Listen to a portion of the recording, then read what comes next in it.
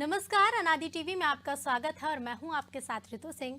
आज पवित्र सावन माह का पहला सोमवार है, तो सुबह से ही शिवालयों में भीड़ लगने लगी है। चल इसी के साथ इस वक्त की बड़ी खबर की ओर आपको ले चलते हैं, जहां आज सावन माह का पहला सोमवार है।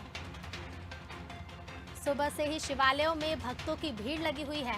बड़ी संख्या में भोलेनाथ के दर्शन करने के लिए श्रद्धालु पहुंच रहे हैं। तो सावन माह का आज पहला सोमवार है। सुबह से ही शिवालयों में भक्तों की भीड़ देखी जा रही है और बड़ी संख्या में श्रद्धालु भोलेनाथ के दर्शन करने पहुंच रहे हैं। मंदिरों में भीड़ देखी जा रही है। आज पहला सोमवार है सावन माह का। तो सावन माह का विशेष महत्व होता है और इस सोमवार पर तमाम मंदिरों में पूजा अर्चना की जाती है। बड़ी संख्या में श्रद्धालु भोलेनाथ के दर्शन करने पहुंचते हैं। आज भी शिवालयों में भक्तों की भीड़ देखी जा रही है। सुबह से ही मंदिरों में भक्तों का तांता लगा हुआ है और बड़ी संख्या में श्रद्धालु पहुंच रहे हैं।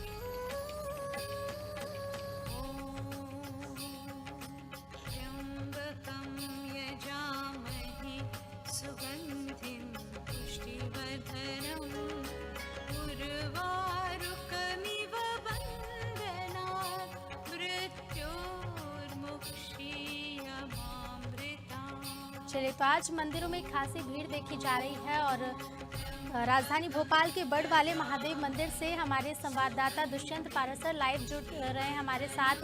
तमाम जानकारियां देंगे क्या कुछ मंदिरों में नज़ारे देखे जा रहे हैं। दुष्यंत, आज सावन माह का सोमवार है और आज भक्तों की भारी भीड़ मंदिरों में देखी जाती है। आप बड़ वाले महादेव मंदिर में उपस्थित हैं, क्या कुछ वहाँ नज़ारा देखा जा रहा है, क्या कुछ वहाँ की तस्वीरें हैं?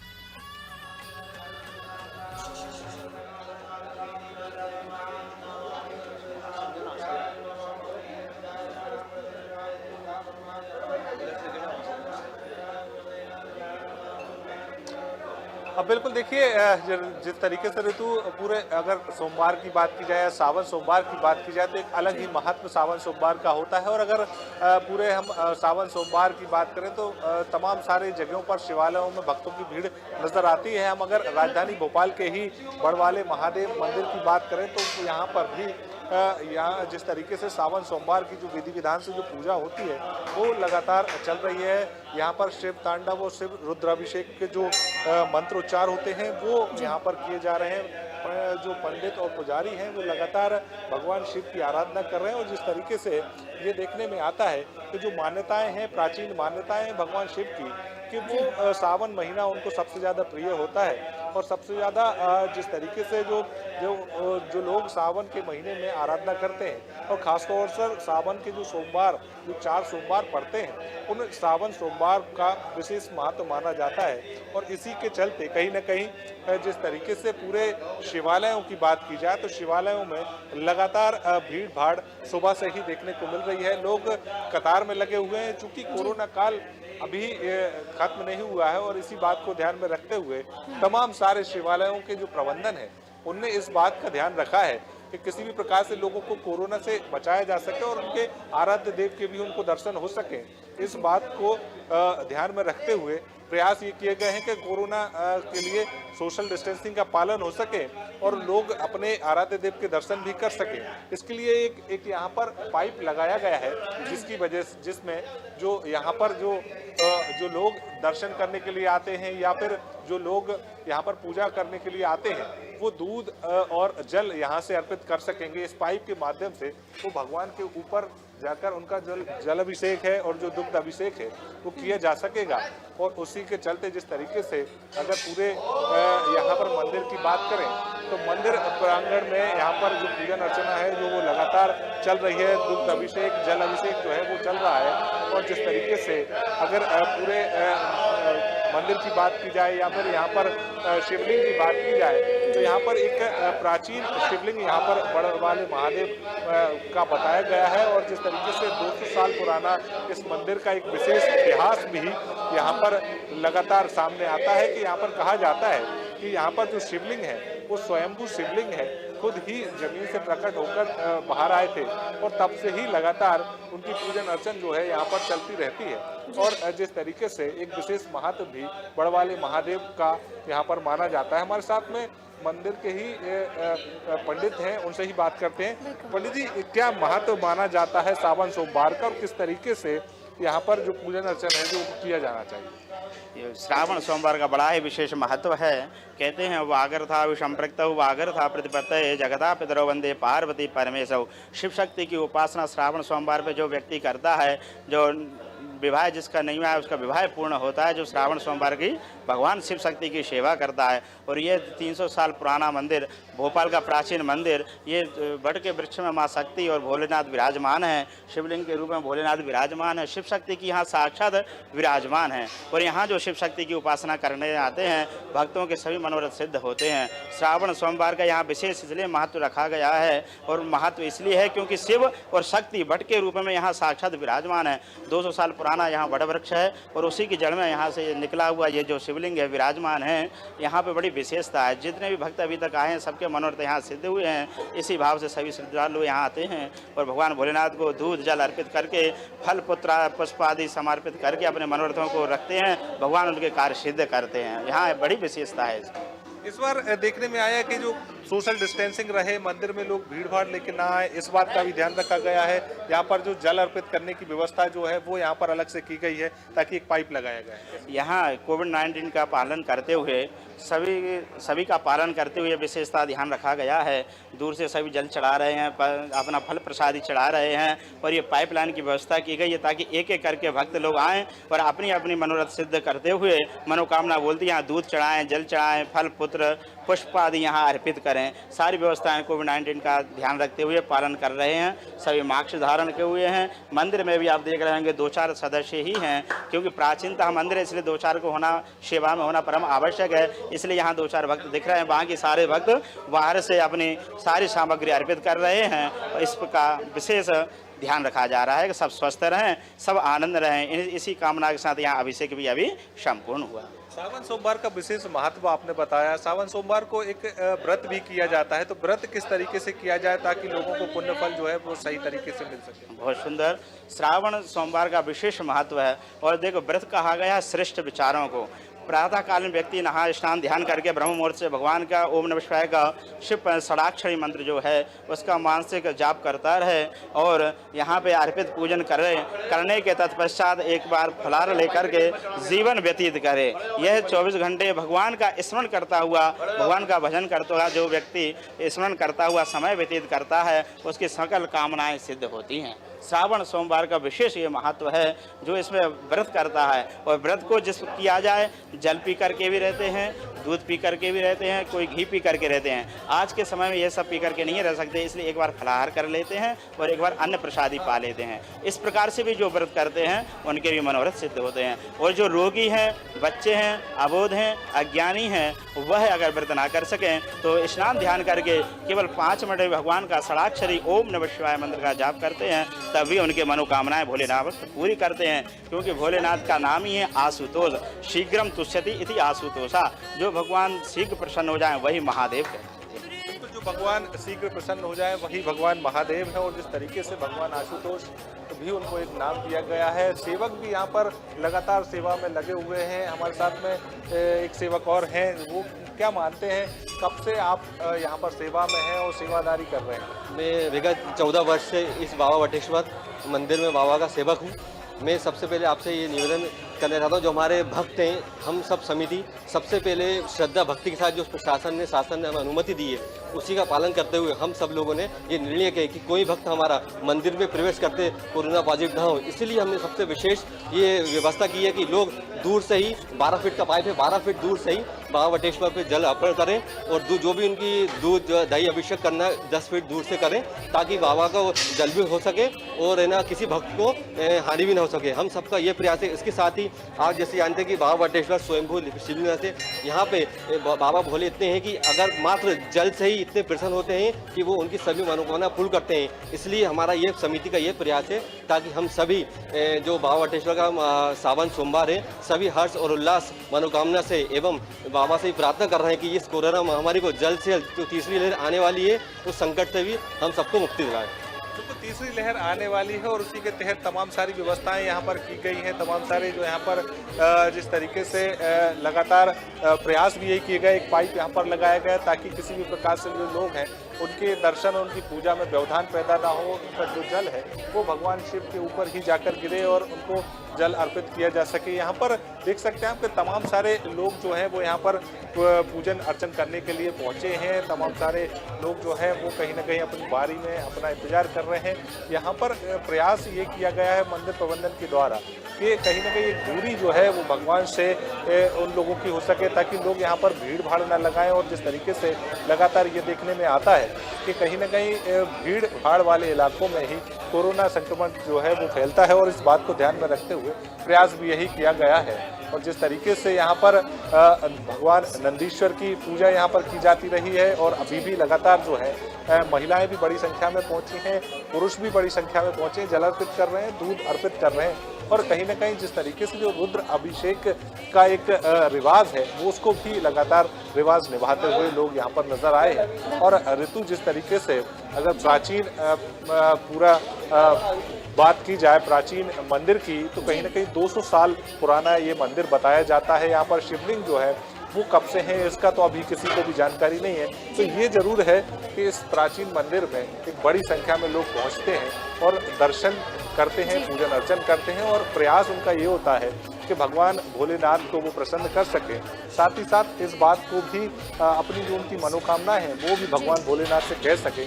इसको लेकर तमाम सारी व्यवस्थाएं जो है वो करते हैं, व्रत रखते हैं तब और तपस्या भी जब तक जो व्रत का जो एक रिवाज है वो भी लगातार इस पूरे में निभाया जाता है। जो रीति है, प्राचीन रीति है, वो रीति भी यहाँ पर पूरी की जाती है। उसके बाद ही मनोकामना भगवान शिव से कही जाती है। जी बिल्कुल दुष्यंत, जैसा कि आपने दिखाया हमारे दर्शकों को, तमाम व्यवस्थाएं मंदिर प्रबंधन समिति द्वारा की गई हैं, पाइपलाइन की व्यवस्था है। और पंडित जी से भी आपने बात कर बताया क्या महत्व है आज के सोमवार व्रत का। साथ ही वहाँ पे श्रद्धालु भी मौजूद है। हम चाहेंगे कि आप उनसे भी बात करें और जानें, क्योंकि कोरोना काल का भी साया मंडरा रहा है सावन सोमवार पर, तो वो किस तरह से परिस्थितियां चूंकि बदली हुई हैं, किस तरह से वो पूजा अर्चना कर रहे हैं।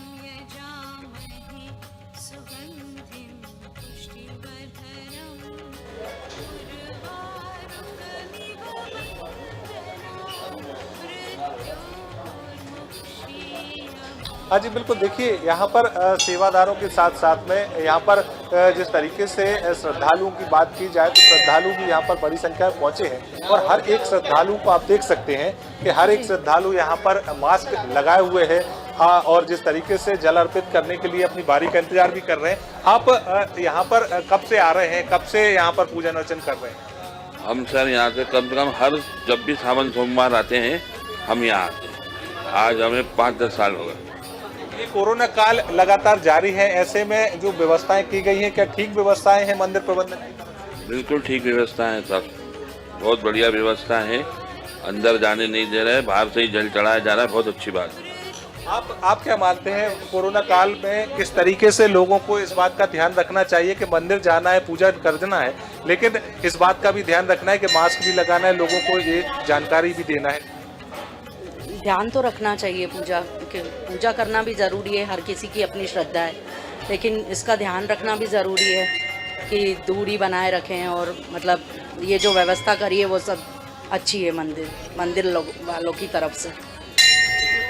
आप क्या मानते हैं, आप भी दर्शन करने आए हैं, अपनी मनोकामना भी आपकी होगी या भगवान के दर्शन कर रहे हैं, किस तरीके से मानते हैं कि कोरोना काल में लोगों को और जागरूक होना चाहिए, मास्क का ध्यान रखना चाहिए और तीसरी लहर से भी सावधान रहना? सरकार के गाइडलाइन के अनुसार चलना चाहिए और गाइडलाइन के अनुसार चलते हुए अपने भक्ति भाव से, श्रद्धा से पूजन अर्चन करना चाहिए। मानसिक पूजन भी करना चाहिए, भौतिक पूजन भी करना चाहिए, जैसा हो करना चाहिए। जिस तरीके से ऋतु बड़ी संख्या में यहाँ पर श्रद्धालु जो हैं वो पहुंचे हुए हैं और जिस तरीके से अपनी बारी का इंतजार भी कर रहे हैं, कई लोगों को जो यहाँ पर धूप दीप का जो रिवाज है या रीति है, उस रीति अनुसार भगवान भोलेनाथ को मनाने का प्रयास भी यहाँ पर किया जा रहा है। कुछ और लोग भी हैं, उनसे भी बात करने का हम प्रयास कर रहे हैं। और जिस तरीके से लोग आप कोरोना काल को देख रहे हैं और पिछले 1 साल से कोरोना जारी है, ऐसे में क्या मानते हैं कि मंदिरों में जो व्यवस्थाएं की गई हैं, जो भगवान से श्रद्धालुओं को एक दूरी पर रखा गया है, वो सही है? और किस तरीके से कोरोना काल में आप समझते हैं कि कोरोना काल में लोगों को इस चीज़ का बचाव रखना चाहिए और लोगों को जो पूजा अर्चन तो करनी है, साथ ही साथ इस बात का भी ध्यान रखना है कि कोरोना ना हो? नहीं, ये मंदिर समिति में हम लोगों ने इसीलिए व्यवस्था करी कि बाहर से लोग यहाँ पाइप के द्वारा भगवान को जल अर्पित हो रहा है। पहले क्या होता था कि भगवान की श्रद्धा होती थी, वहाँ लोग बैठकर पूजन करते थे, तो एक दूसरे से टच होना, सोशल डिस्टेंसिंग वहाँ हो नहीं सकती थी। तो ये समिति ने व्यवस्था करी कि यहाँ पर इतनी पाइप की लंबी लाइन लगा दी है, तो इसमें आराम से लोग उतना जल चढ़ा रहे हैं, अपनी श्रद्धा उनकी भक्ति भी पूरी होगी। और कहीं ना कहीं कोरोना से बचाव के लिए हमको ये एक साधन मिल गया है कि थोड़ी थोड़ी दूरी रखें सब लोग, अपना मास्क पहन कर आए। श्रद्धालुओं का साफ तौर पर ये कहना है कि कहीं ना कहीं कोरोना से बचाव के लिए जो व्यवस्थाएं की गई हैं वो इसी और जो व्यवस्थाएं कहीं ना कहीं सही हैं। और जिस तरीके से ये देखने में आता है कि कोरोना का फैलाव और तीसरी लहर का जो से बचाव की व्यवस्थाएं जो है वो काफ़ी है। और जिस तरीके से इस बार ये जरूर रहा है कि भगवान भोलेनाथ को स्पर्श करके कोई भी पूजा अर्चन नहीं कर पा रहा है, लेकिन इस बात को भी लोग समझ रहे हैं कि कोरोना की वजह से कितना नुकसान जो है वो कहीं ना कहीं आम जनमानस को उठाना पड़ा है। और उसी नुकसान को ध्यान में रखते हुए अब इस बात को भी समझा जा रहा है श्रद्धालुओं की तरफ से कि अगर कोरोना फैलता है तो कहीं ना कहीं इससे बड़ी घटनाएं जो है वो निकल कर आ सकती हैं सामने। ऐसे में जो व्यवस्थाएं मंदिर प्रबंधन ने की है वो काफ़ी व्यवस्थाएं हैं और इसी तरीके की व्यवस्थाएं तमाम सारे शिवालयों में आज के दिन से पूरे सावन के महीने में देखने को मिलेगी। जिस तरीके से लगातार कोरोना फैला है, सरकार ने तमाम सारी व्यवस्थाएं की हैं, प्रशासन ने व्यवस्थाएं की हैं और उसी अनुरूप जो है SOP का पालन करते हुए श्रद्धालु भी नजर आ रहे हैं। जी बिल्कुल दुष्यंत, तमाम व्यवस्थाएं आपने हमें दिखाई। साथ ही एक प्रश्न ये भी मेरा है कि क्या कोई निश्चित संख्या निर्धारित की गई है कि मंदिर में एक बार में इतने ही श्रद्धालु को प्रवेश दिया जाएगा ताकि मंदिर प्रांगण में भीड़ एकत्रित ना हो, पूरा सोशल डिस्टेंसिंग का पूरी तरह से पालन हो? और लोग कितने जागरूक दिख रहे हैं सोशल डिस्टेंसिंग को लेकर?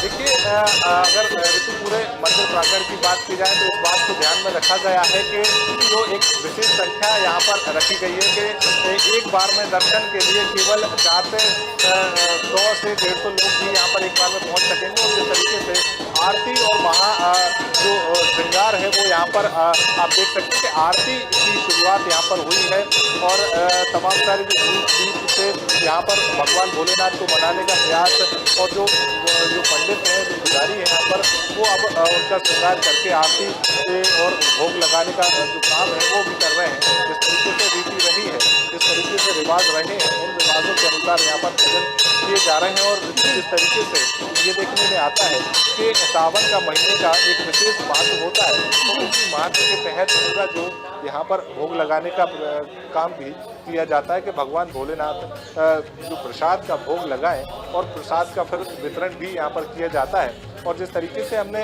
पहले भी कहा कि जो SOP का पालन का जो अनुसार SOP के जो अनुसार यहाँ पर पूरी व्यवस्थाएं की गई हैं, लोग इस बात को भी समझ रहे हैं कि लोग यहाँ पर कोरोना से अपने आप को बचा सके, साथ ही साथ भगवान भोलेनाथ के दर्शन भी कर सके। तमाम सारी व्यवस्थाएं हैं। और जिस तरीके से आपने एक सवाल किया कि संख्या क्या निर्धारित की गई है, तो वो संख्या निर्धारित की गई है जिला प्रशासन द्वारा। इस बात को समझा गया है कि एक बार में अगर लोग यहाँ पर दर्शन करने पहुँचते हैं और बड़ी संख्या होती है तो लोगों को एक टुकड़ी में यहाँ पर छोड़ा जाए। 10 से 15 लोग जो होंगे वो एक बार में यहाँ पर आकर पूजन अर्चन कर सकेंगे और पूजन अर्चन के साथ साथ में जल अर्पित भगवान भोलेनाथ को कर सकेंगे।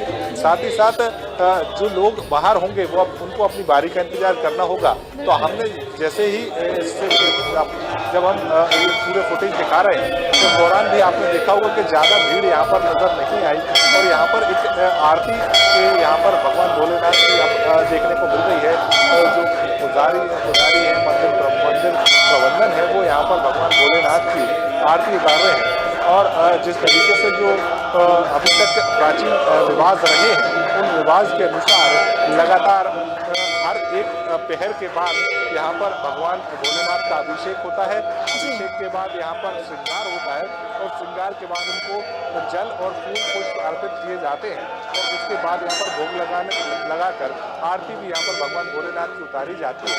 तो यहाँ पर तमाम सारी जो वही रीति रिवाज उपयोग में लाए जाते हैं जो अब तक कई हजार सालों से हिंदू और सनातन धर्म में लगातार चलते आए हैं। यहाँ पर ऋतु इस बात को भी मानना होगा कि भगवान भोलेनाथ की विशेष कृपा उन लोगों पर ही होती है जो सावन के सोमवार में तमाम सारे व्रत और तमाम सारी जो पूजन अर्चन करते हैं। हालांकि भगवान भोलेनाथ का नाम ही भोले है और वो भोले इसीलिए हैं कि वो हर एक मनोकामना को पूर्ण करते हैं।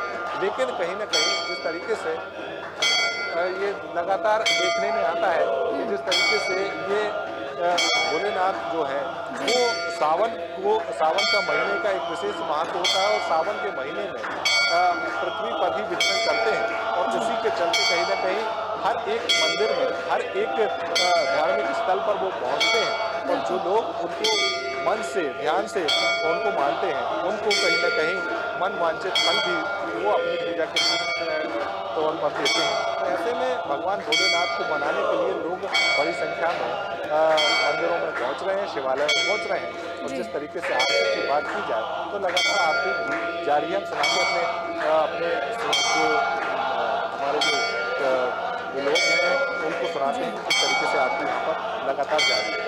जी बिल्कुल दुष्यंत, तमाम तस्वीरें आपने हम तक पहुंचाई, मंदिर का नज़ारा दिखाया, क्या कुछ मंदिर में माहौल है और कितनी संख्या में श्रद्धालु पहुंच रहे हैं। हमने मान्यता भी जानी आज के वक्त की। बहुत बहुत धन्यवाद आपका तमाम जानकारी हमसे साझा करने के लिए। तो वैसे तो पूरा सावन माह ही भगवान भोले को बहुत प्रिय होता है, लेकिन आज सोमवार का चूँकि विशेष महत्व है इसलिए मंदिरों में भी भारी भीड़ देखी जा रही है। चूँकि भीड़ तो है लेकिन कोरोना का साया भी मंडरा रहा है, तो इसको लेकर तमाम गाइडलाइन भी जारी की गई हैं और उनका पालन भी कराया जा रहा है। मंदिर प्रबंधन समिति द्वारा भी तमाम व्यवस्थाएं की जा रही हैं। हमने हमारे संवाददाता के माध्यम से देखा कि कैसे पाइपलाइन की व्यवस्था की गई है ताकि शिवलिंग पर जलाभिषेक किया जा सके, श्रद्धालुओं की भावनाओं को भी आहत न पहुंचे और उनकी पूजा अर्चना भी अच्छे से हो सके। तो इसको लेकर तमाम व्यवस्थाएं की गई हैं। साथ ही ये भी व्यवस्था की गई है कि मंदिर प्रांगण में एक ही बार में बहुत अधिक श्रद्धालु एकत्रित ना हो ताकि सोशल डिस्टेंसिंग का उल्लंघन ना हो। श्रद्धालु भी जागरूक है, मास्क लगाए हुए हैं और तमाम मंदिरों में आज एक भारी भीड़ देखी जा रही है। चलिए तो इसी के साथ इस बुलेटिन में फिलहाल इतना ही। आप बने रहिए अनादि टीवी के साथ।